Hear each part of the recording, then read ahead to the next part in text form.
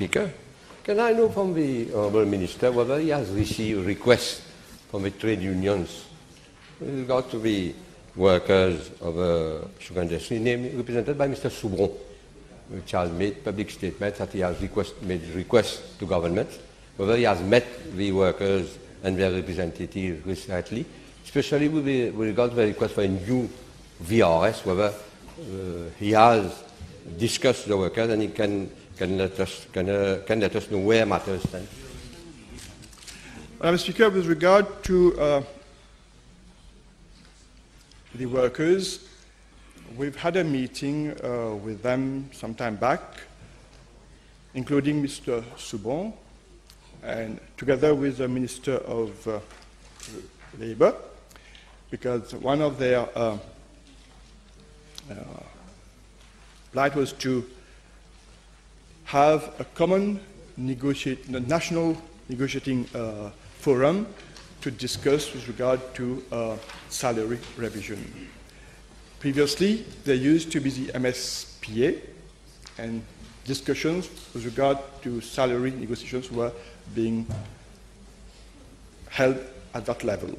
Now, we don't have any of that anymore, and each sugar states have their own way of working, and they deal with their employees separately. So the discussions are being done at that level. And I'm told, I was informed by the technicians from the Labour Office that government should not get involved in collective bargaining. In fact, that was something that was criticized at the ILO. The fact that at one time government had intervened, and we were criticized for having intervened in collective bargaining negotiations. So that's where it is with regard to that particular issue. Now, with regard to VRS, I must say, Madam Speaker, when we came in 2015, there were 4,600 workers who had taken the privilege of going to the VRS. That dates back to 2007. And I have myself been chairing committees to look at ways and means to expedite that process so that those beneficiaries could get their land that they're entitled to under that VRS scheme. We have, because I must say also that in that particular process, there are so many different authorities that are involved, and they all have to give their clearances so that we can finalize the matter. I must say that now we have about 800 cases that are still left. That will show again that the commitment of this government. We have now set up an interministerial committee being chaired by the Vice Prime Minister herself to look at those pending matters, and hopefully we'll see all those cases that are still pending completed very soon. B436, Madam.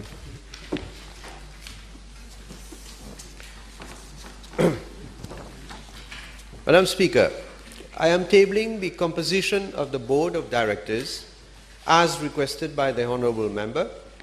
In regard to the quantum of allowances paid, the remuneration of the Chairperson and Board of Directors of government-owned private companies is published in the annual report of these companies.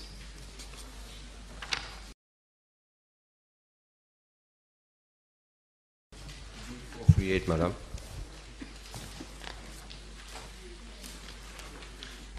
Madam Speaker, I am informed by the Gambling Regulatory Authority that the services of the following legal advisors, lawyers, and attorneys at law have been retained since January 2015 to date.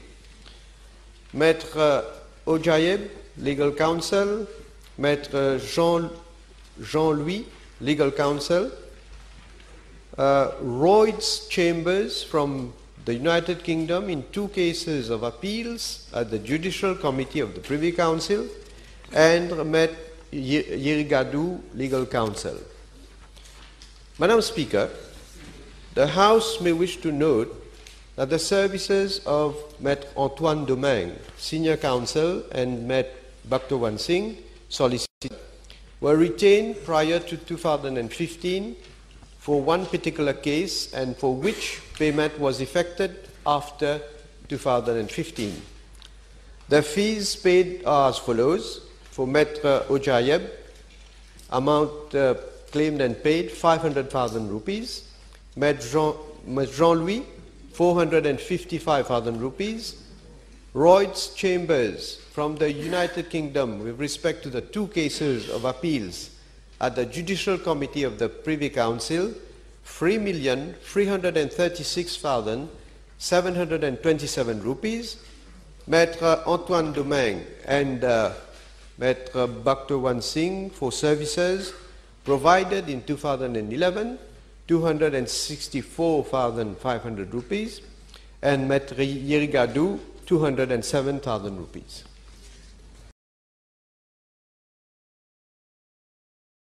Next question. 6 minutes.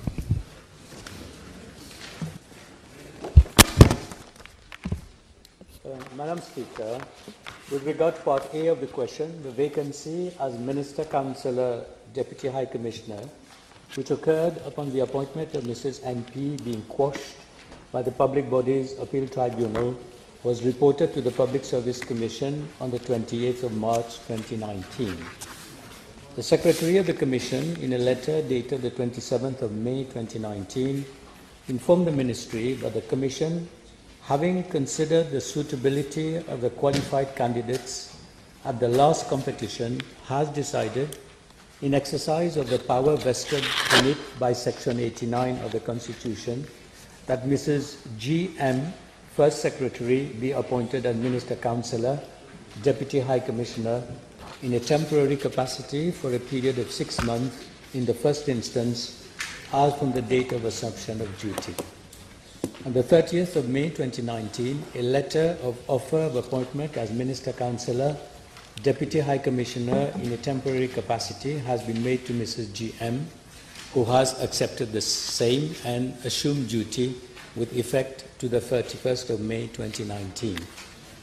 With regards to Part B of the question, Madam Speaker, following the determination of the Public Bodies Appeal Tribunal on the 12th of February 2019, the PSC has, on the 21st of March 2019, requested the Ministry to inform Mrs. NP of the decision of the Public Bodies Appeal Tribunal, consequently that she should be reverted to her substantive post of First Secretary with effect from the 12th of February 2019, and she should take rank in the grade of a First Secretary according to her initial date of appointment. On March the 26th, 2019, Mrs. NP was informed that she has been reverted to her substantive post of First Secretary with effect from the 12th of February 2019. Yes, Honorable Bhagwan. So, thank you. Can the Minister confirm whether Mrs. NP has been posted to New York since December 2014, before the general election, that we understand that a tour of service, according to procedures, of a diplomat is 3 years, with a possibility of extension of more than 1 more year. Due to exceptional circumstances, can the Minister give us some explanation why this lady is still there, despite the regulations? Yeah. From the information which I have been given, I have been advised that in April 2020, well, yes, she was posted in November 2014, and on March 2018, she was requested to return to headquarters. But Ambassador Kunjo, in April 2018, requested that there would be no movement of staff until the International Court of Justice process regarding the Chagos Archipelago was over. So that was in April 2018. until the end of the ICJ process. And later, it was agreed with the Prime Minister's office that all the staff should stay until the resolution of the new resolution, which was presented at the UNGA, be over, for her to be able to ask the other staff to come back to Mauritius. From what I've been made to understand, that the public bodies appeal tribunal stated that the markings given to Mrs. NP were wrong and unjustly gave her some favor. Can the minister inform how his ministry, he has received representations that fresh application was supposed to be re-advertised following this judgment, whether he has received or his officers, his Secretary for Foreign Affairs, has received a representation from staff of the ministry for the post to be re-advertised in view of the findings of the PBAT. I will not go on the merits of the case as done by as analysed by the appeal. But what I can inform the House, Madam Speaker, that the PSC has, in fact, on the 27th of May, requested the Ministry to initiate action to re-advertise the post of Minister Councillor for the filling of the 2 remaining vacancies. And on the 4th of June 2019, the Ministry has, in fact, submitted a draft advertisement for clearance by the PSC, and clearance is being awaited for the advertisement of the 2 posts. B462. Madam Speaker, as I have already informed the House on multiple occasions, the Metro Express project is being implemented in phases. Phase 1 from Port Louis to Rosehill will be completed and operational by September 2019. Thereafter, ahead of the initial planning, Phase 2A of the project for the segment from Rosehill to Quatre-Beaune will be completed by the end of September 2020. Phase 2B from Quatre-Beaune to Cupip is scheduled to be operational by the year 2021. I'm also informed that for Phase 1 of the Metro Express project, the project is on track and on time, and at the end of May 2019, progress work stood at 77%. Madam Speaker, as regards Part A of the question, I'm informed that the Metro Express project along Sivananda Avenue in Floreal falls under Phase 2B of the project, which is to be implemented from Quatre-Beaune to Cupip. I'm also informed that land and properties compulsorily acquired along this stretch amounts to 6.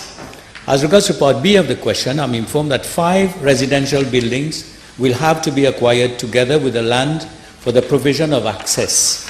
An optimization exercise is currently underway, and the owners will be informed accordingly once the optimization exercise is finalized. Madam Speaker, as regards to Part C of the question, I'm informed that the detailed design is being worked out for this last stretch. The light rail trucks will be in the middle with 1 lane on both sides, thereby allowing access from the existing lateral roads to the Sivananda Avenue. I'm further informed that an exercise is underway to ensure that local access is provided to inhabitants following implementation of the project. Honorable Bhagwan. Thank you, Madam Speaker. Et la question posée? Est-ce que je peux savoir de l'honorable ministre si la firme Grey, je crois Grey Mauritius Limited, qui a eu des problèmes récemment concernant Clip, est-ce que Grey a été impliqué dans toute cette organisation de mobilisation Maurice et en quelle capacité, quel genre de travaux? Non, Madame la Présidente, la firme Grey n'était pas impliquée dans l'organisation de mobilisation Maurice 19.